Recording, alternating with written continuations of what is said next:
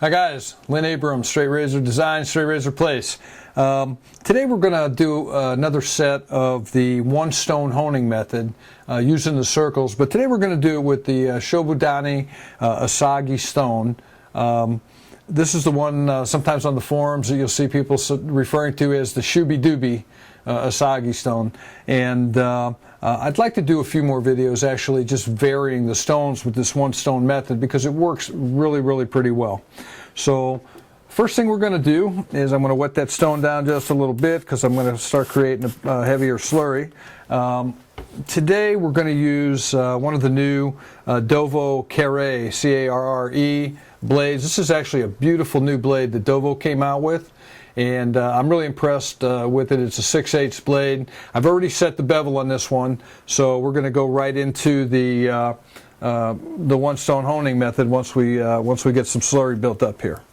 So if you remember the one stone honing method, we start off with a pretty thick slurry and start off with our circles, and then we go down from there to a medium slurry, light slurry, and then water. So this is just a generic Nagura stone from Japan Woodworker. I use it a lot for this rather than varying the stones that I use. However, on the cauticles I'll normally just pick up one of the cauticle rubbing stones up because it works very well with those. But the generic Nagura, the grit on this stone is not heavy, and it seems to work all the way through. So just doing circles, we're going to try and create as much slurry as we can here to where we can build up as thick a slurry as possible. Now, what you don't normally see, now sometimes on the Asagis, this is a light slurry stone, you'll be able to see the slurry building up in a little bit, but this is a smoother, harder stone, so it's not the quickest to create a nice thick slurry. So it takes a little bit of work to get that going.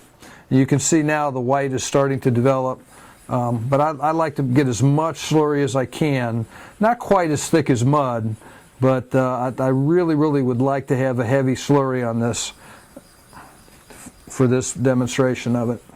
And so we can keep going for a couple minutes. Even if it ends up being a little bit lighter than I normally would like, you'll get the idea of what I'm talking about. And it's starting to get a little heavier now. The interesting thing about this Asagi is that the Asagis, particularly the couple that I have, they're not the fastest stones in the world, and they tend to be very effective though. You can feel the resistance, you can feel them working, but you can certainly see how long it's taken to generate some slurry here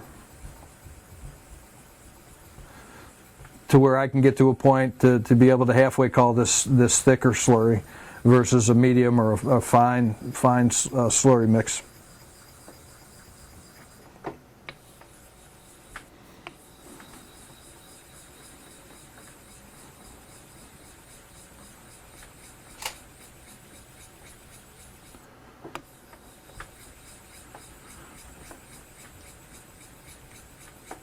Now I actually would like to make this a little bit thicker yet, but for purposes of video and time, I'm going to go ahead and get started. Okay, so we can see that we've taken it to a heavier white consistency, and when we're ready to go. So normally when I do these circles, I'm doing counterclockwise for 40 circles, clockwise for 40 circles, and then I'm going to do 10 to 15 X strokes and move on until I get into more of the finishing stages, and then I'll finish up with more just X strokes.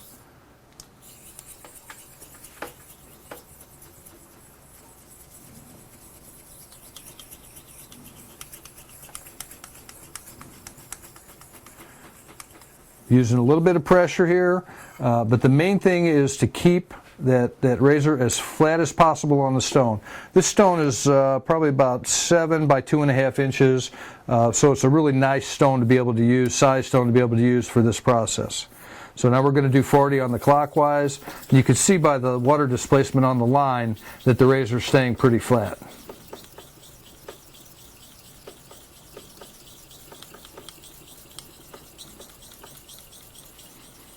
Okay, we're going to finish up with 10 to 15 X strokes.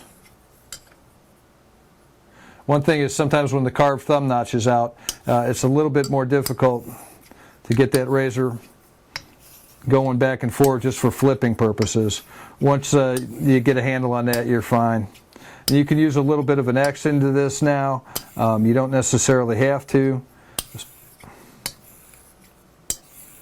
I just like the striations on the razor with there being a little bit of X into them, and that's why I've stuck with using that more of an X pattern for all these years.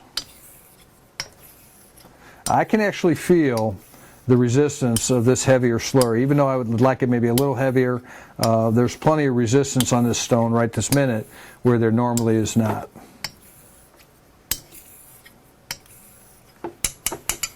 Okay, now we're going to move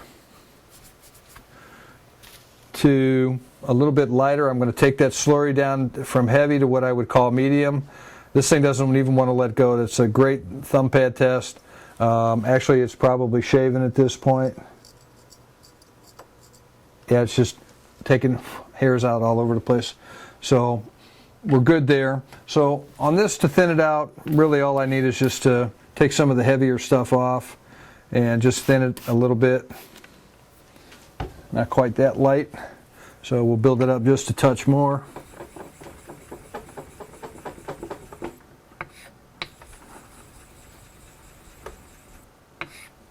Okay.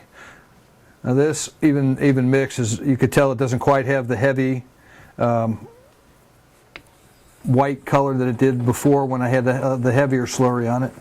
And so at this point, this is our second set. So we did the first set of 40 circles both directions, 10 to 15 strokes with pressure. We're going to start this set also with 40 strokes with pressure.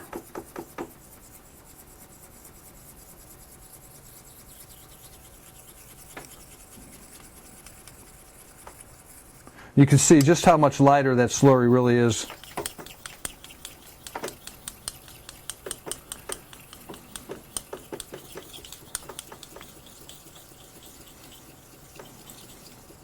Okay, and so that was two sets of 40 circles, or actually one full set, but 40 circles counterclockwise with pressure, 40 circles clockwise with pressure. Now at this point on the medium slurry, we're going to drop down to weight of the blade pressure only and do another 40 circles.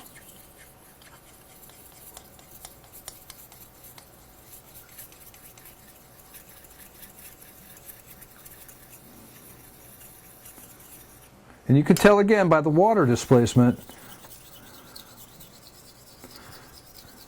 that that blade is staying pretty much flat across the stone, which is what you absolutely need to do. And I'm also, you can tell I'm just balancing this blade on the stone. Okay, when I'm done with the 40 circles each way with no pressure, or just the weight of the blade pressure, now I'm going to come back and do 5 to 10 X strokes, weight of the blade only, with no pressure.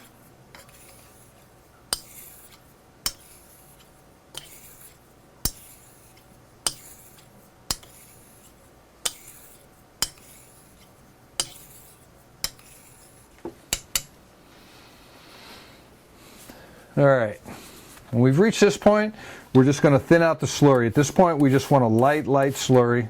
We don't want much on there. Just a little bit. You can tell that it's even lightened up even more. And so from here, I'm just going to do 10 strokes with this light slurry.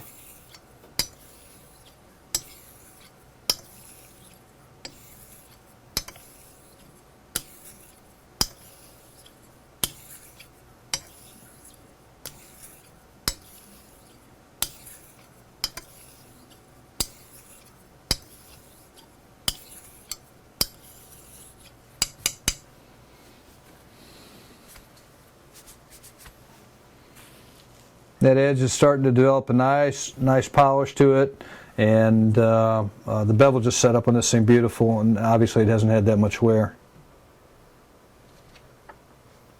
That almost feels like it's ready to shave right now. So now I'm just going to go just to water, and because this stone is so hard, and I've had so much use with it, I'm pretty familiar with it. So instead of 10 strokes on this one to finish on just the water, I'm actually going to do 15. A lot of times when I'm doing honing and as I work, because I get the opportunity to hone all day, every day, I look for consistency in stones and methods that give me the consistency to have razors hit first time through. And I found that on this particular stone, that 15 strokes at the final stage with the water works really well.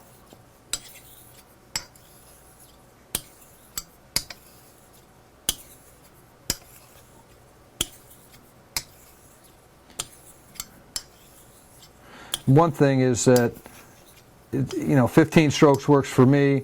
If it's 12 for you, if it's 20, if it's 25 for you, you have to develop what works the best for you, and the only way to do that is just to hone razors and experiment and test shave. Now that edge actually looks really pretty nice.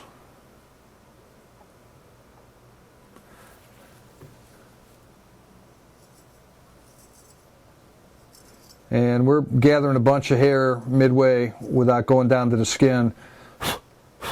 And so this razor is pretty much ready to strop and test. If I want to, I could put just 4 or 5 strokes on the diamond spray, as we talked about, in an earlier video. But for the most part, I'd rather just see how this one shaves. I can always go back and either add chromium oxide or diamond spray. So there we have it. One more one-stone honing method, this time with the Shoubudoni Asagi stone. You guys give us a try with yours and have a good time. See you next time.